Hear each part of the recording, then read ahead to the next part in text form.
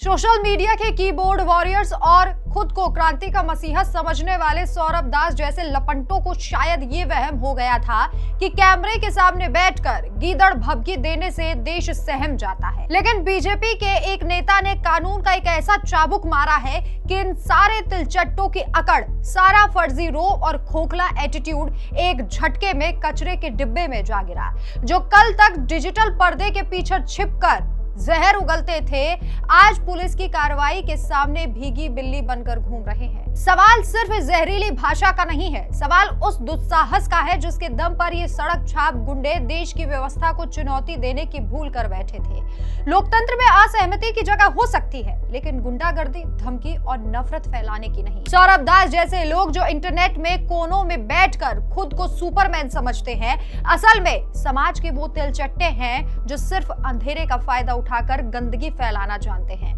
धमकियां देना जानते हैं और माहौल खराब करना जानते हैं। फिर यह सोचना कि उनका कुछ नहीं बिगड़ सकता, ये बिल्कुल गलत है। बात सौरभ दास के बड़बोलेपन तक सीमित नहीं है। जांच के तार जैसे जैसे जुड़ रहे हैं, एक घिनौना और खतरनाक सच सामने आ रहा है। ये कोई अचानक उपजा हुआ गुस्सा नहीं था, बल्कि इसके पीछे सीधे तौर पर स्थानीय गुंडों, हिंसक तत्वों और आपराधिक सिंडिकेट का कनेक्शन निकलकर सामने आ रहा है। दरअसल हाल ही में बीजेपी और संघ के करीबी विघ्नेश शिशिर ने एक पोस्ट के द्वारा यह खुलासा किया था कि सौरभ दास भारतीय नागरिक नहीं है, उनकी नागरिकता की जांच होनी चाहिए।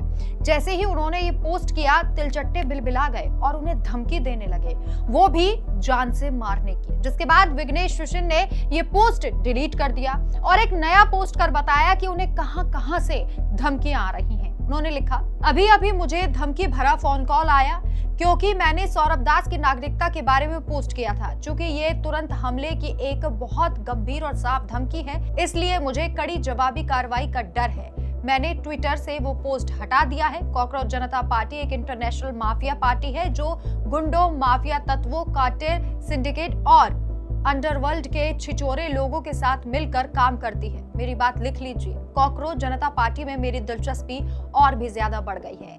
विघ्नेश शिशिर की माने तो सौरभ दास और इसके आका खुद को बचाने के लिए जमीनी स्तर के गुंडों और बदमाशों का इस्तेमाल कर सकते हैं। सोशल मीडिया पर नफरत का माहौल बनाकर ये पर्दे के पीछे अपने गुर्गों के जरिए डर और धमकी का नेटवर्क चला रहे हैं। इस बात की भी गहरी आशंका है कि इन तिलचट्टों के पीछे कुछ अराजक तत्वों और स्थानीय दबंगों का पूरा शेयर और वित्तीय बैकअप भी मिला हुआ था।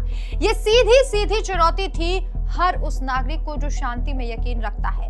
लेकिन इन गुर्गों को अंदाजा नहीं था कि जब कानून का डंडा चलता है तो गुंडागर्दी के सारे नेटवर्क के ताश के पत्तों की तरह ये बिखर जाते हैं। जो लोग इन गुंडों के दम पर अपनी छाती चौड़ी कर रहे थे, आज वही पुलिसिया शिकंजे में गिड़गिड़ाने पर मजबूर हैं। हमने कई सारे ऐसे उदाहरण देखे हैं जहां पहले ये गुंडा, ये माफिया लोगों को धमकियां देते हैं और बाद में माफी मांगते हुए नजर आते हैं।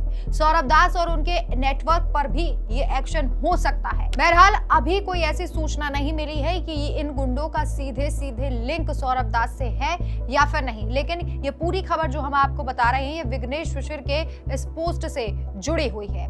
और इसी के साथ साथ ये भी कहा जा रहा है कि ये इंटरनेट का इस्तेमाल नफरत फैलाने के लिए कर रहे थे। ऐसे तिलचट्टों का सही ठिकाना अब समाज नहीं बल्कि सलाखों के पीछे है। कानून ने भी अपनी मंशा साफ कर दी है कि अगर कोई भी किसी व्यक्ति को परेशान करेगा, चाहे वो कितना भी बड़ा गुर्गा क्यों ना हो, उसका रेलना तय है।